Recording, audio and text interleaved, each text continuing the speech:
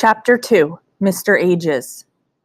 Mr. Ages was a white mouse who lived across the farm and beyond, in a house that was part of a brick wall. The wall lined the basement of what had once been a large farmhouse. The farmhouse itself had burned down so many years ago that nobody could remember what it had looked like, nor who had lived there. The basement remained, a great square hole in the ground, and in its crumbling walls, protected from the wind and snow, numerous small creatures lived. In summer there were snakes, dangerous to Mrs. Frisby, but there was no need to worry about them in winter. Just the same, it was a long, hard journey and could be risky unless she was extremely cautious. It was so far, in fact, that Mrs. Frisby could not ordinarily have set out so late in the day for fear that the dark would catch her before she got back. But Timothy obviously could not wait until the next day. So only 5 minutes after she had announced that she must go, she was gone. If she had been able to follow her nose, that is, to take the shortest route to where Mr. Ages lived, her journey would have been easy enough. But since that would have led her close to the farmhouse and the barn, and since the cat stalked those grounds relentlessly, she had to plot a much more roundabout way, circling the whole wide farmyard and sticking to the fringe of the woods. She loped along briskly, moving in the easy, horse-like canter mice use when they are trying to cover ground. Her progress was almost completely noiseless. She chose her path where the earth was bare, or where grass grew, and she avoided dead leaves, which would rustle and crack even under her small weight. Always she kept an eye out for hiding places, logs, roots, stones, things to scurry under if she meet a larger animal who might be unfriendly. For the cat was number one. There were other things in the woods that chased mice. And as she did all this, she worried about Timothy and hoped that Mr. Ages would know something that would help him. It was more than 2 hours later that she saw she was getting close to the brick wall where he lived. Though her husband had been a great friend of Mr. Ages and had visited him often, Mrs. Frisby herself had been there only once before, and that had been in summer. Still, she remembered the place clearly. It was an odd sort of clearing in the woods. Long ago, when the old house had been lived in, before it had been burned, there must have been a wide lawn around it. Over the years, this clearing had grown over with a strange mixture of high, rank grass, tall weeds, berries, and wildflowers. In the summer, it was a wild and beautiful place, bright with blooms and full of the smell of blackberry blossoms and purple clover. There were harsher plants as well, spiked jimson weeds and poisonous dark pokeberries and bees droning everywhere. But in winter, it had a bleak and almost ghostly look, for the blossoms and the green leaves were gone, and only the dry skeletons of the weeds stood, hung with stalks and seeds and pods that rattled in the wind.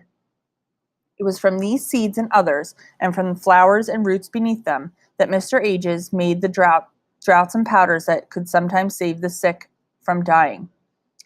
The time that she had been here before, that was for Timothy too. When he was only a baby, scarcely bigger than a marble, he had wandered, while playing with the other children, a little way from them and had been bitten or stung by something poisonous. They did not know that. When the others found him, he lay curled in a ball, paralyzed and scarcely able to breathe. That time her husband, Mr. Frisby, had been alive, and between them, taking turns, they had managed to carry Timothy to Mr. Ages' house.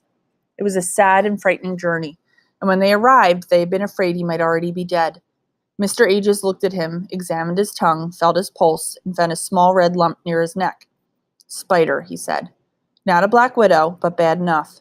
He had forced a few drops of a milky liquid into Timothy's mouth and held him upright so that it could trickle down his throat, for Timothy could not swallow. In a few minutes his small muscles had unlocked, and he was able to move his arms and legs.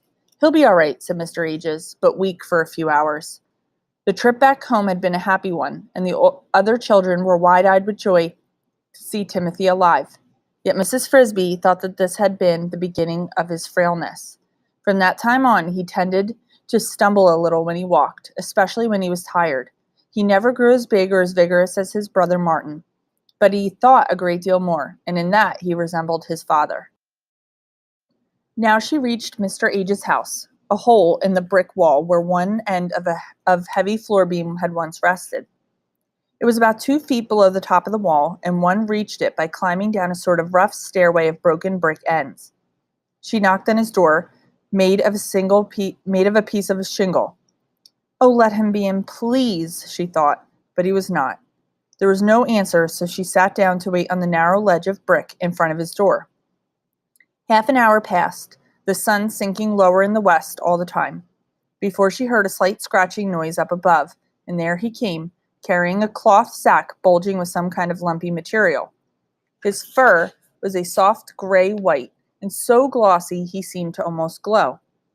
Mrs. Frisby had heard that Mr. Ages was not truly a white mouse, that is, he had not been born with white fur, but had turned white from old age.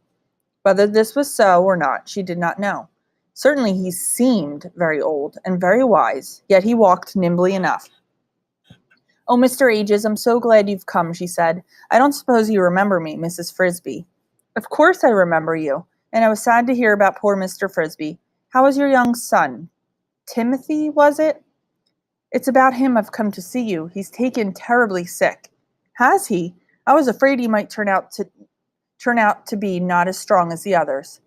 "I hoped you might be able to help him." "That may be. Come in, please, so I can put down this sack." Mr. Age's house, somewhat larger than a shoebox, but about the same shape, resembled the house of a hermit. It was bare of furniture except for a bit of bedding in one corner, a stool made of a piece of brick, and another piece of brick worn smooth from use as a pestle on which he ground out his medicines. Along one entire wall, arranged neatly in small piles, stood the raw materials he had collected: roots, seeds, dried leaves, pods, strips of bark, and shriveled mushrooms. To this row he now added the contents of his sack. It held a number of small plants, all of them the same kind, with stringy roots and dark-veined green leaves that looked like mint. "Pipsissewa," said Mr. Ages. "Botanically, Chimaphila umbellata. It stays green all winter and makes a very useful spring tonic. Most people use only the leaves, but I have found the roots even more effective." He arranged the plants in an orderly pile. "But that's not what you're here for. What's wrong with young Timothy?" "He has a very high fever. He's delirious. I don't know what to do." "How high?" "So high that he feels burning hot to the touch, runs with perspiration, and yet he shivers with cold at the same time." "Keep him wrapped up in a blanket." "I do." "And his pulse?" "So fast that you cannot tell one heartbeat from the next." "His tongue?" "So coated that it looks purple." "How does he breathe?" "He breathes very rapidly, and the air rasps in his chest. He said at first that he could not get his breath." "But he does not cough?" "No." "He has pneumonia," said Mr. Ages. "I have some medicine that will help him, but the most important thing is to keep him warm, and he must stay in bed." He went to the back of his house, and from a ledge formed by a projecting brick, he took 3 packets of medicine, powders neatly wrapped in white paper. "Give him one of these tonight. Mix it in water and make him drink it. If he is still delirious, hold his nose and pour it down his throat. Give him the second one tomorrow morning and the third the next morning." Mrs. Frisby took the packages. "Will he get better?" she asked, dreading to hear the answer. "He will get better this time. His fever will be less on the second day, and gone the third, after he has taken all the medicine. That does not mean he will have recovered. His lungs will still be terribly weak and sensitive. If he gets the least bit cold or breathes cold air, even a breath or two, the pneumonia will surely come back worse than before. And the second time he may not recover. This will be true for at least 3 weeks, and more likely a month. And after that? Even after that, he should be careful, though we may hope by then the weather will be warmer." By now the sun was getting low in the west, settling into the high mountains beyond the woods. Mrs. Frisby thanked Mr. Ages and set out for home as quickly as she could go.